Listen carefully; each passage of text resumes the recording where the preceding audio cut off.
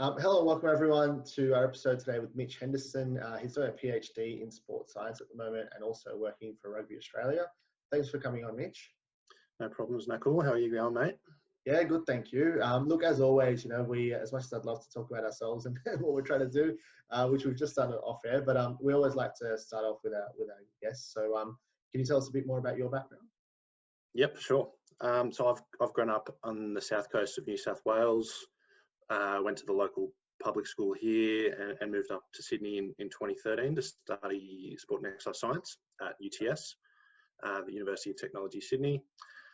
I got into sports science, or working in sports science, in the final year of my degree, where I got an internship at the West Tigers Rugby League club through one of my tutors in the course. Cool. I did that for the 2016 season. And at the end of that season, started an honours project with the Rugby Sevens, and I've been working at the Rugby Sevens ever since. And this is my third or fourth year with the Rugby Sevens now. Cool, awesome. Yeah. And I think you obviously just mentioned, you started your career in Rugby League with the West Tigers. You're saying off air that you really love your Rugby League. What did that role involve early on in your career? It was a pretty classic sort of sport and exercise science internship, really. Like it was a mix of data collection, analysis, strength and conditioning, speaking with coaches, generating reports, dashboards, sort of stuff like that, working with performance data, strength testing, training, GPS, heart rate. It was a good sort of mix of the different realms of sport and exercise science. So I got to try it all out, which was good. What started as the internship for the first half of the season progressed into a part-time job for the second half of the season because one of the staff members left, so that was pretty cool as well. But yeah, it was a good little mix. Yeah, cool. And I think we were talking about different sports and sort of like where they're up to in their data analytics journey. I think in Australia we're pretty much scratching the surface, but as of a few years ago in the Rugby League, was it mainly sort of like you get all the data and you're playing around with Excel and CSV files, or did they have anything sort of, I guess, more advanced or more tech savvy than that? What I was exposed to was purely Excel and CSV based stuff. I wasn't even using any of the sort of BI tools that are really just as easy, if not easier, sometimes than Excel at the time, because I just didn't even know about it. There's very likely that a lot of the other teams were doing some more advanced stuff, but at least for me, and I was working mainly with reserve grade at the time. It was all Excel, CSV based stuff. Yeah, cool. Well, look, I promise you, we'll get a chance to talk about the more advanced stuff that you've been doing more recently later on in the interview. I was just going to say, obviously, with the PhD at the moment that you're doing in sports science at UTS, tell us about your area of research. Yep. So my PhD was born out of longer term preparation for the Tokyo Olympics, or the 2020 Olympics until recently, because they were expecting that to be the hottest ever modern Olympics, and the Australian Olympic Committee was having a big push for all the national sporting organisations to be really appropriately prepared for conditions like that. And my research kind of took the angle that there's heaps of evidence already available on endurance sports, individual sports, lab-based heat training methods, but there isn't a whole lot for team sports, or stuff that would be applicable for team sports or affordable for team sports when you've got 20 players that you're trying to prepare. So mine kind of took that angle, that is there any low-cost field-based protocols that can achieve a similar outcome. So that's it basically, without going into all the finer details. No, I'm sure you could. Like, if you're spending sort of years on this, I'm sure you can talk about this for half an hour. But I guess in layman's terms, like the work that you're doing there, like, can you sort of tell us the rough split of how you spend your time? Like, I assume some of it is dealing with, whether it's coaches or people in the industry. Some of it would be the data side. What's involved, and roughly how much are you spending your time in the key sort of 2 or 3 areas? So it's developed a bit in my time at the Sevens. So I started working with the men's Sevens for 2 seasons, and then I had 1 season with the women's sevens, and now I'm back working with the men's sevens. And my role has kind of changed over the times, but it kind of started as a bit of a 50-50 split between a traditional sports science and an S&C. With the women's sevens that I was doing up until pretty well the whole 2019 was almost a pure sports science.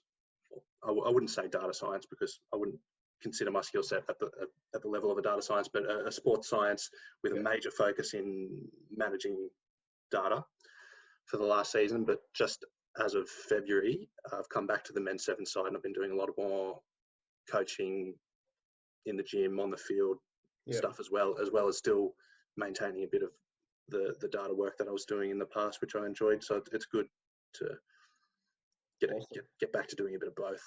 Yeah, nice. Like, it seems like a pretty good mix. Like, you're not sort of stuck behind a computer all day, but you're also still getting enough exposure that the data analysis side will definitely, like, you'll definitely improve on that. I suppose it's one of the benefits of working with the sevens is we don't have all the resources of like an AFL team would have, and we kind of have to be a bit more of a generalist. Yeah.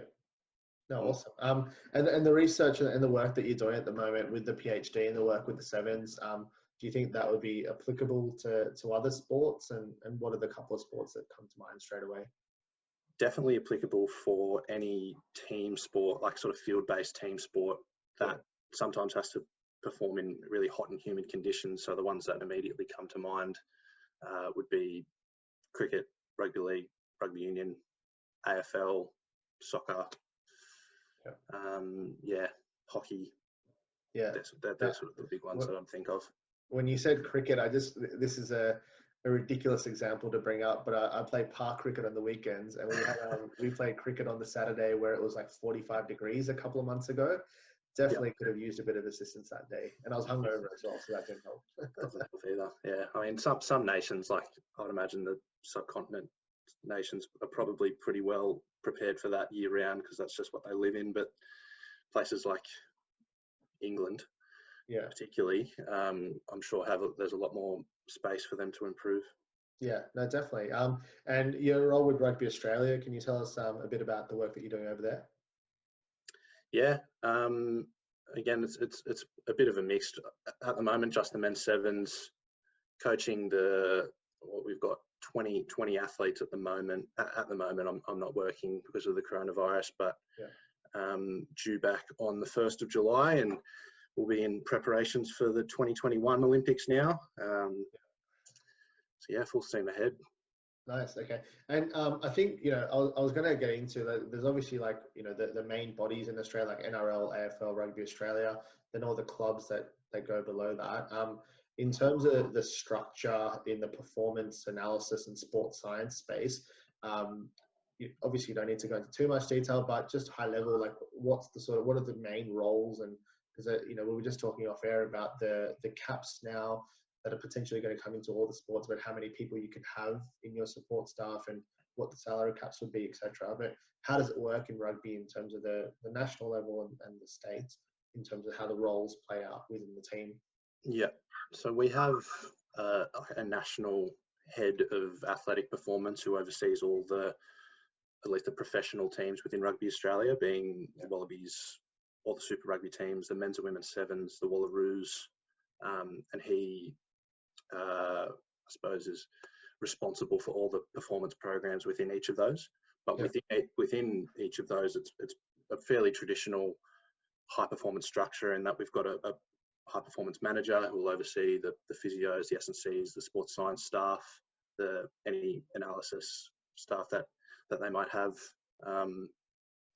Some are more resourced than others. Like at the sevens where I work, we're probably a little lighter on than the Super Rugby and the Wallabies, but that's just sort of what it is. The Wallabies actually have quite a sophisticated analytics staff, I suppose you'd call them. There's sort of 3 or 4 guys that are really skilled in their data management abilities that do a lot of really good work there. And outside of there, it's sort of a mix. Some teams will put a lot of emphasis and put a lot of resources into their technology and analysis departments, and others not so much. Right.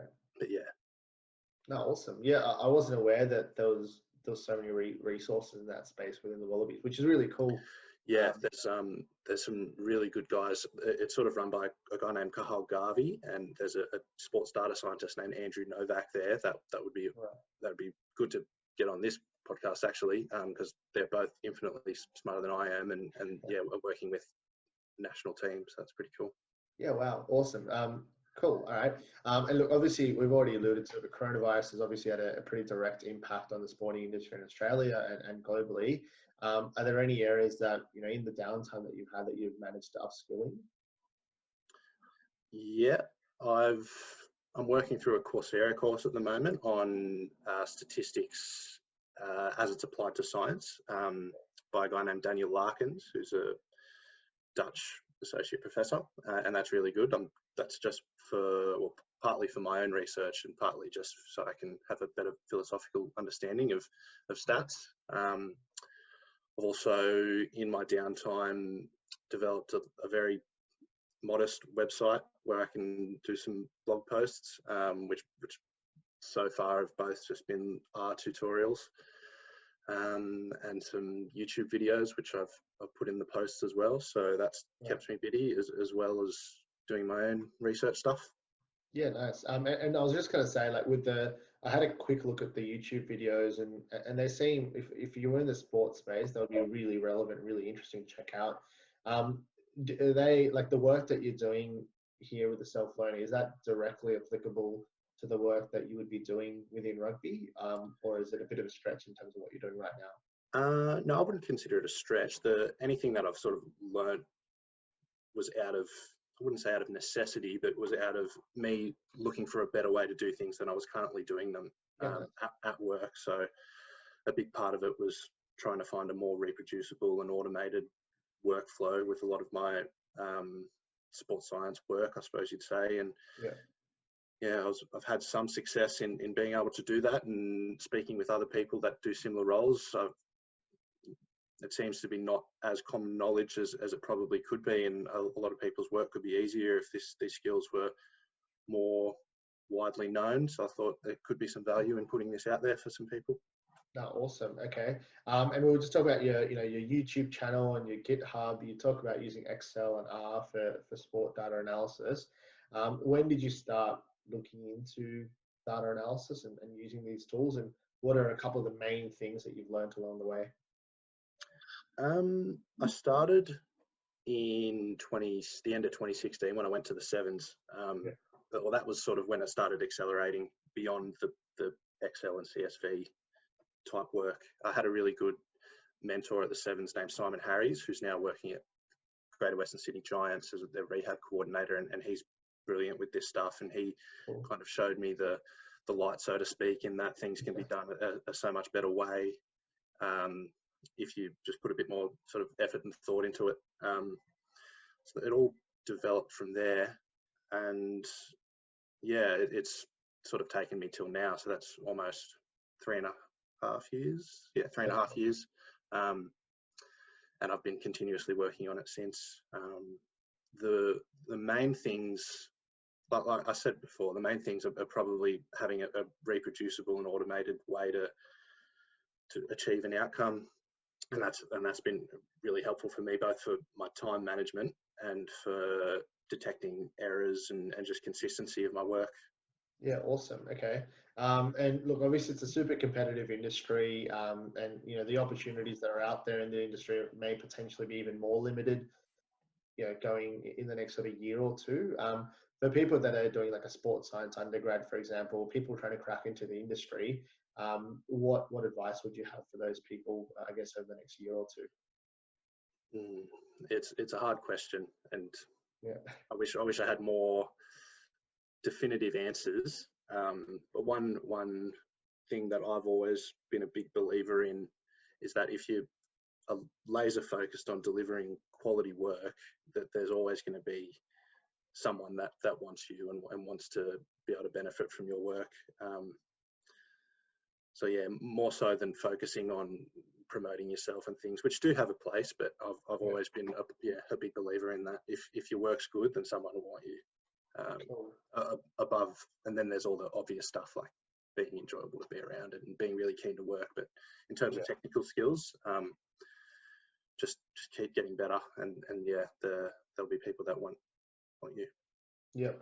And we were talking about this just before we started recording, and I'd be keen to get your thoughts on it. But I was saying that I've been speaking to a couple of people in the sports science space in Australia, and essentially we were talking about, the soft cap and potentially a cap on how many people you're allowed to have in your support staff, the sporting teams, given all the restrictions with coronavirus. So if the amount of opportunities in the industry are limited for, say, the next year or two, people are going to have to start wearing more hats. And you're not necessarily going to be just the sports science person or just the data person. You're going to have to start like what you're already doing with R and Excel and learning these skills. Would you say that if you're someone that's sort of graduating and looking for an internship at the moment, I don't want to put words in your mouth, but do you think that there's value in trying to pick up those skills and being in the environment within Rugby Australia? Like, can you see those skills being valued, obviously beyond just the core working hard and being enthusiastic? Yeah, the obvious stuff that applies to pretty well every job in the world. And I don't envisage any circumstance where having more skills is not going to help. Like there's a cost to benefit to learning anything. And if you want to work in sports science, I think these skills are going to be expected for sure moving into the future. I've sort of been tossing in my own head about whether someone that is really keen on just being like a strength and conditioning coach, which is sort of a big part of the world that I've sort of been educated in, and a lot of people are like that, whether it's worth learning programming for them. And I'm still not confident in saying yes or no. But if you want a job in sports science, sports tech, anything like that, I think you would be crazy to think that you can get by without knowing these skills in the future. Right. Okay. And in terms of the industry overall, obviously, for people that are lucky enough to work within the sporting organizations or sporting clubs, that's, I assume, for most people in your industry, the number one priority. But for people that aren't able to crack it, whether it's through a fault of their own or limited opportunities, what are some other areas that, if you had to transition out of the high performance environment, is there enough scope to get a job within like a sport tech company or a sports science startup? Are there enough of those around, or are they pretty limited and super competitive as well? I really don't know. That's a good question. I've never really looked, so it's sort of hard to say. I think a lot of people that sort of follow paths like mine, as in sports science as well as a bit of research, often look at academia as their bit of a fallback. Right. Which, if something was to happen to me at my role, I'd probably look to do some teaching in the short term while I look for other roles in sport. Right.